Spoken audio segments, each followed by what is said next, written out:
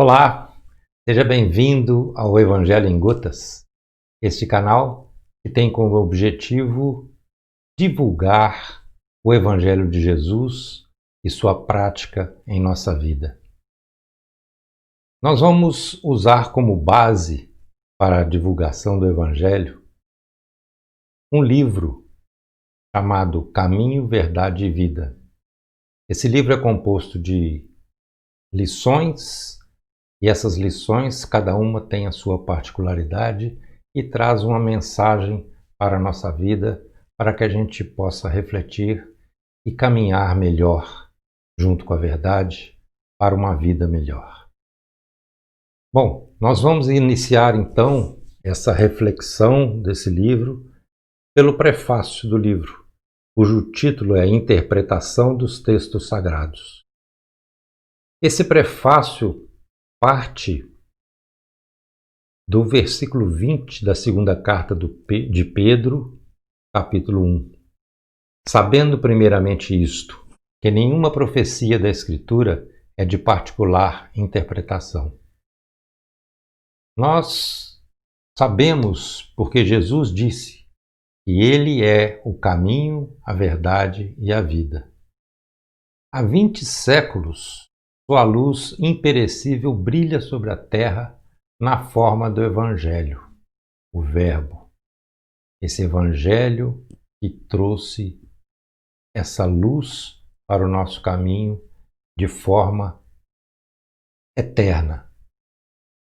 E como são formas, como é na forma eterna, as palavras não foram modificadas. As palavras de Jesus, aquelas palavras que ele proferiu lá atrás, os exemplos que ele nos deu não foram modificados. Pelo contrário, se atualizam cada vez mais, mesmo com essa evolução conturbada, com essa evolução multiforme da Terra. Apesar de nós vermos todos os dias, ao longo dos séculos, calamidades sociais impressionantes. Além dessas calamidades sociais, nós vemos guerras de extermínio, lutas sanguinárias, nós vemos até morte em nome de Jesus, como foi o caso das cruzadas, como foi o caso da caça às bruxas, né? Então, isso tudo trouxe só tempestades de sangue e de lágrimas. E onde estava a palavra de Jesus quando isso estava acontecendo? Ela estava viva.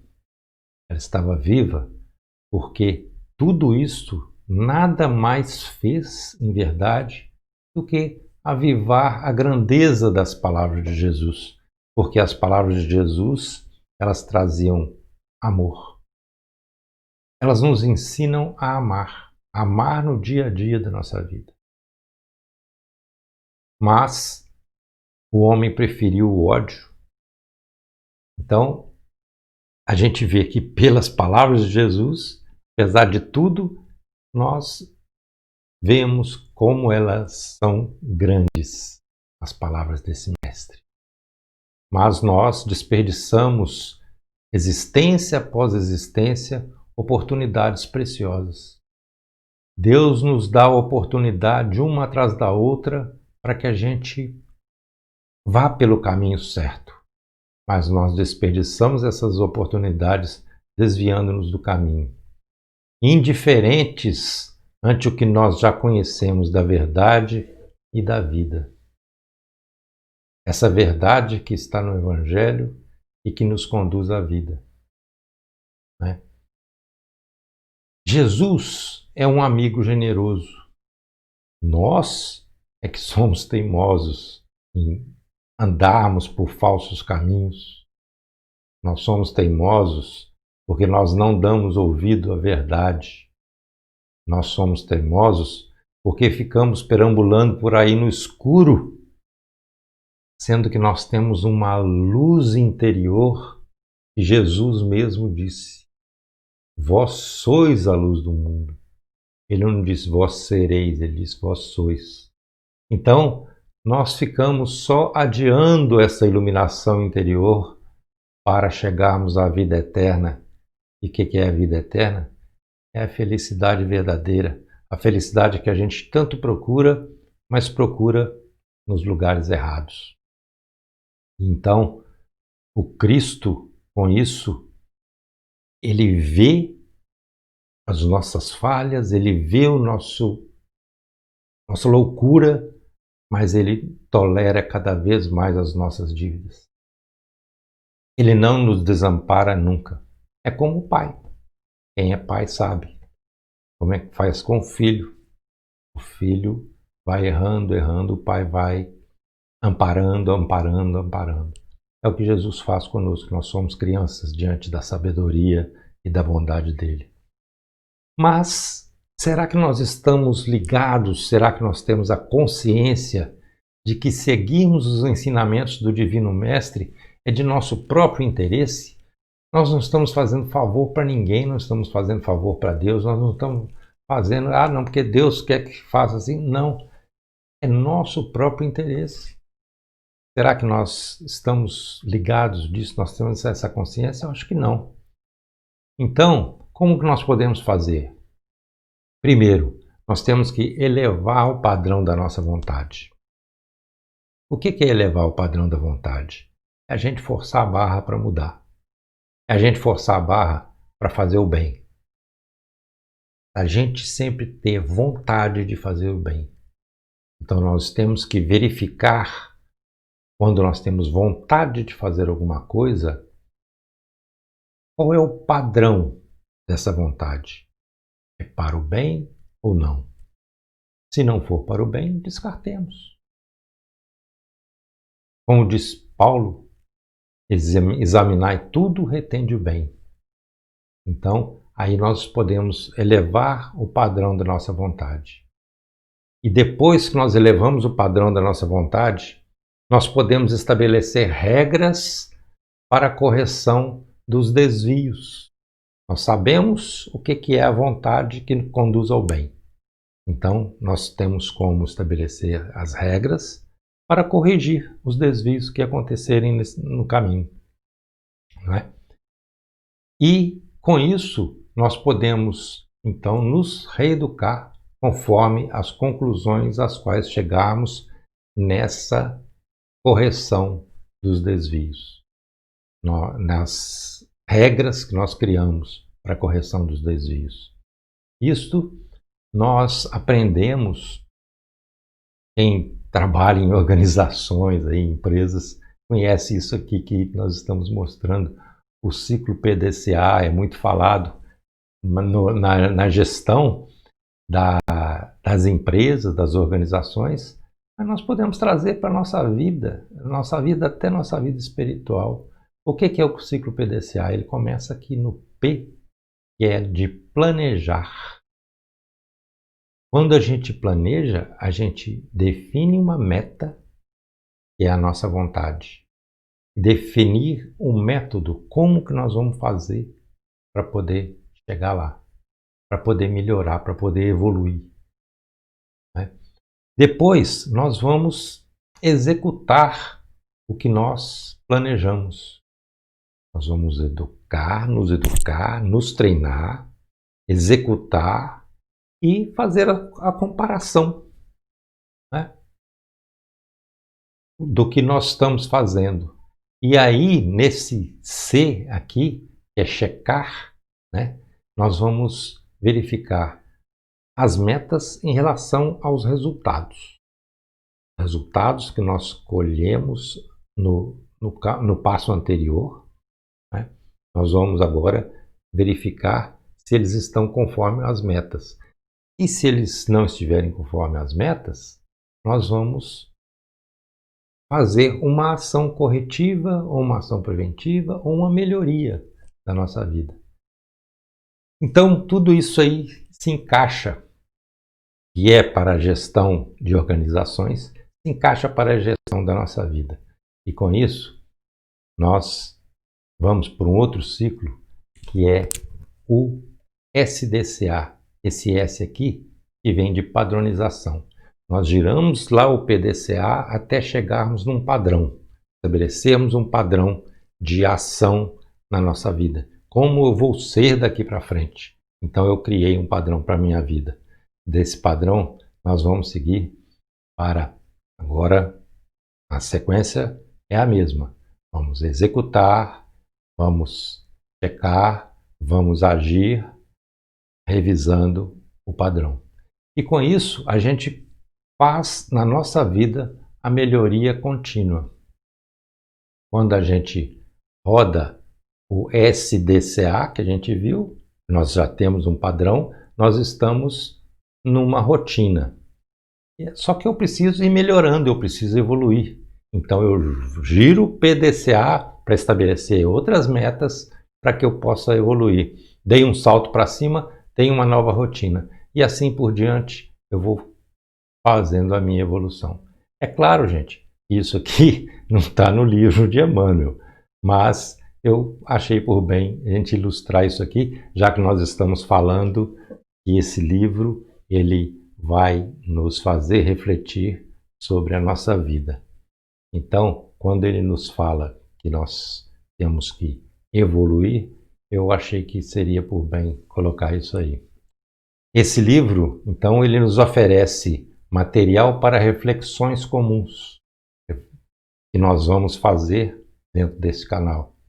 Ele valoriza as oportunidades de serviço, as oportunidades que Deus coloca na nossa frente no dia a dia, a cada minuto do nosso dia, são oportunidades de serviço no bem, serviço para o bem. Ele vem com versículos isolados, mas isolados com um colorido diferente, não isolados para uma interpretação que vise um interesse pessoal, um interesse qualquer, mas é para que possa ter esse colorido como estamos fazendo aqui agora. Em alguns casos parece até contrariar o contexto do capítulo de onde saíram, mas, repito, a intenção é fazer uma reflexão sobre a nossa vida a partir de um versículo, não uma interpretação daquele versículo. E não é isso que ele pretende com o livro.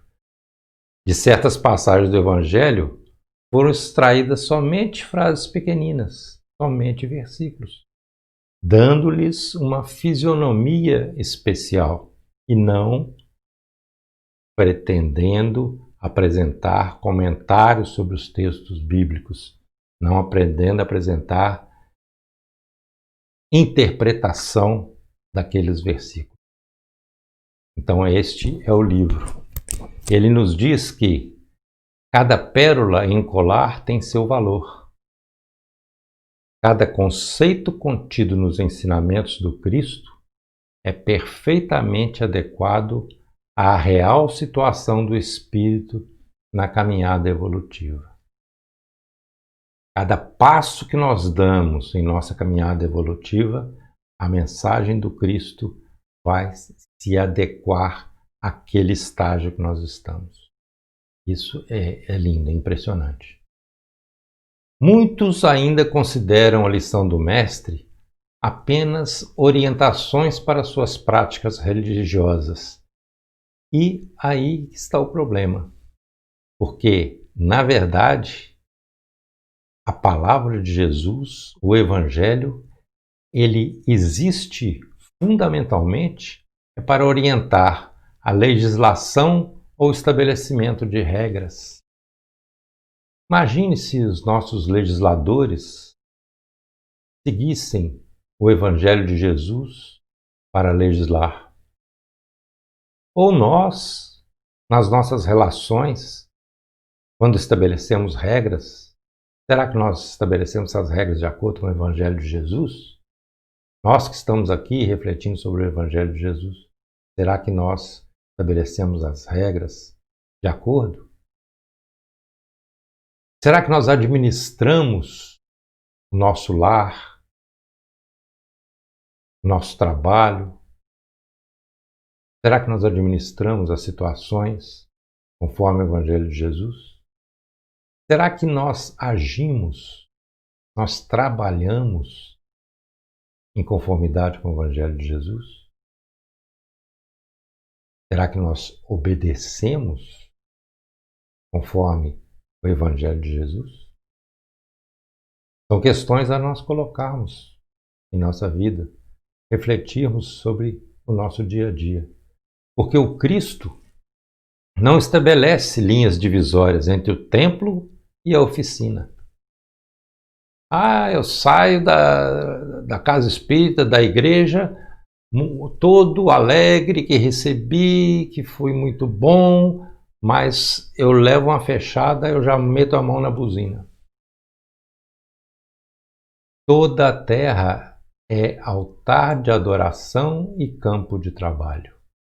A todo momento, nós podemos considerar, em qualquer lugar que nós estivermos, em qualquer tempo, nós podemos ali adorar a Deus e trabalhar por Ele, trabalhar no bem, pelo Evangelho de Jesus. Mas nós louvamos Deus nas igrejas e depreciamos nas ruas. É o que nós fazemos. E assim, temos naufragado 1000 vezes por nossa própria culpa, pela falta de consciência que nós temos, que todos os lugares podem e devem ser consagrados ao serviço divino. Os seguidores do Cristo normalmente fazem investigações teológicas e transformam os ensinos do Senhor em relíquia morta nos altares de pedra. Vejam bem. Os interesses são tantos que as investigações teológicas acabam fazendo com que o Evangelho se torne uma palavra morta. E aí, o que acontece? Jesus fica esperando. Jesus fica esperando a conversão do Evangelho de amor e sabedoria em companheiro da prece. Será que nós usamos o Evangelho como companheiro da nossa prece? Será que nós sabemos fazer uma prece? Uma prece sem interesse? Uma prece como Jesus nos ensinou? Será que nós usamos o Evangelho como um livro escolar no aprendizado de cada dia? Um manual de instruções? Será que ele, para nós, é uma fonte inspiradora de todas as nossas ações no dia a dia? Será que ele é um código de boas maneiras no convívio com os irmãos? Pensemos bem nisso, gente. Jesus espera pacientemente que o Evangelho dele seja isso. Apesar de esclarecidos os objetivos, este livro ainda causa perplexidade. O que fazer? Temos imensas distâncias a vencer no caminho para adquirir a verdade e a vida em seu verdadeiro e amplo significado. O Cristo merece todo o nosso respeito e por isso várias vezes o tratamos de Senhor. Porém, pelos exemplos do próprio Jesus, sabemos que a tarefa do aprendiz fiel consiste de adoração e trabalho, oração e esforço próprio.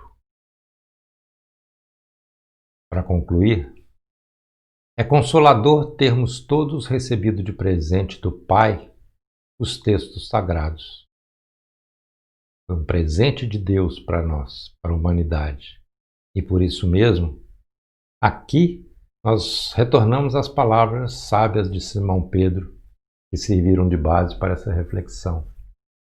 Sabendo primeiramente isto, que nenhuma profecia da Escritura é de particular interpretação.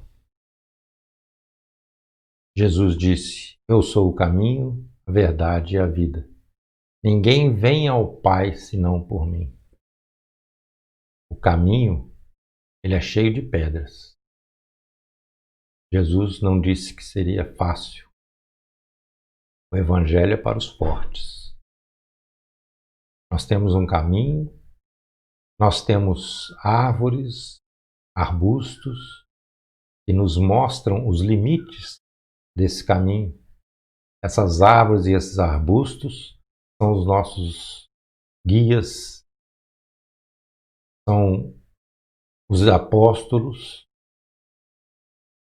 pessoas que estão aí nas palestras, pastores, padres, que estão nos guiando, que são essas árvores. Mas nós muitas vezes aproveitamos o espaço que existe entre as árvores para sair do caminho. E aí a gente não sabe o que vai encontrar. É por isso, então, que nós convidamos a cada um para esta reflexão. Eu sou o caminho, a verdade e a vida. Será que nós estamos seguindo o caminho? Será que nós estamos cientes da verdade e da vida que esse caminho e essa verdade nos proporcionarão? Pensemos bem nisso. Nós vamos concluindo o nosso trabalho de hoje.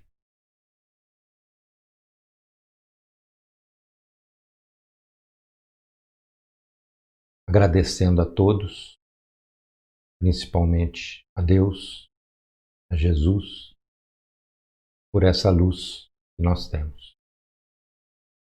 Obrigado e fiquem à vontade aí para marcar aí se você gostou, se você não gostou. Comente, é importante para nós que você coloque seu comentário. Compartilhe para que mais pessoas vejam essa mensagem. Inscreva-se no canal e acione o sininho. Aí nós poderemos nos encontrar outras vezes. Obrigado, até mais.